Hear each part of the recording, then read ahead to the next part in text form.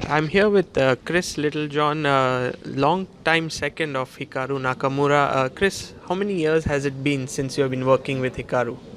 About 10. We started somewhere around 2008.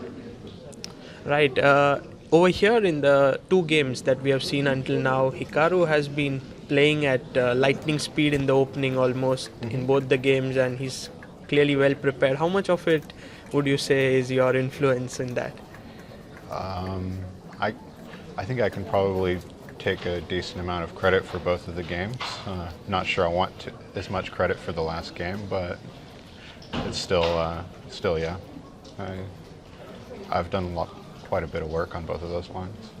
In the first game, it was like went That deep was into some really old stuff. We haven't actually looked at that in a long time, but before the round, I thought it seemed like an interesting try for this game. I knew Boris, he loves his Moscow gambit, so I thought it was likely to appear on the board at least.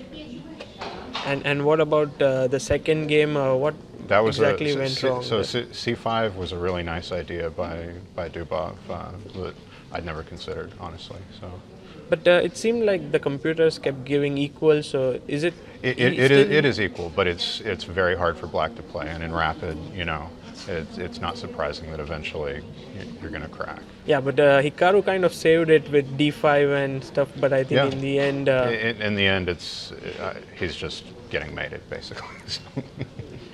and so you basically work with a lot of computers and engines. So do you feel that this helps you in your chess as well? In mine, no, not at all. It makes me much worse. Why is that? Because the way you get in the habit of thinking when you always have the engine on is not a healthy way to think when you're actually sitting at a board. But I'm never sitting at a board anymore, so it doesn't matter too much.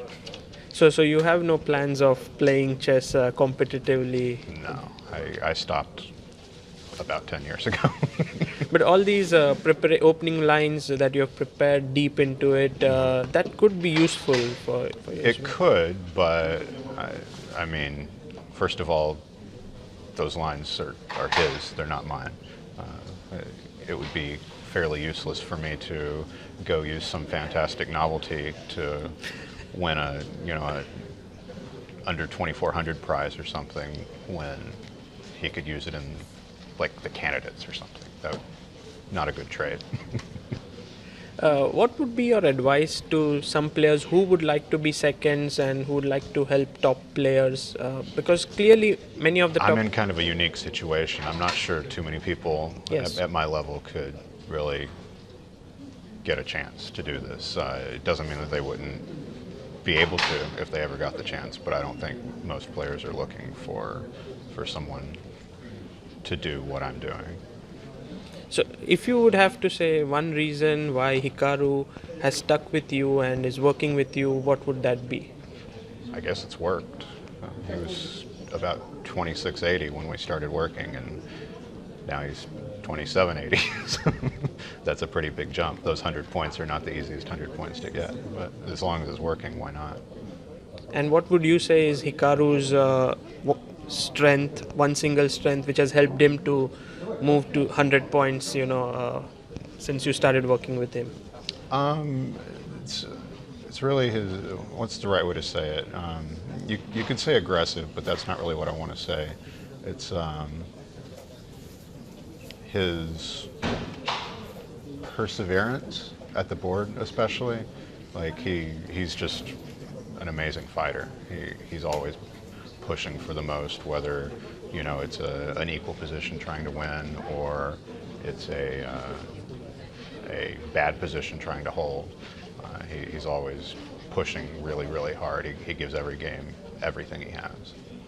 And when he has such an uncompromising attitude, when he loses a game, is it difficult for you to handle it, or how do you handle such losses?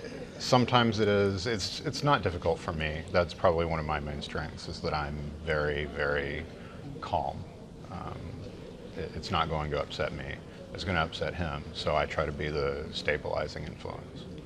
So do you say anything, or you just like leave him alone for some time? It depends. Every situation is different. I try to get a read about what I need to do to get him in the right frame of mind for the next game.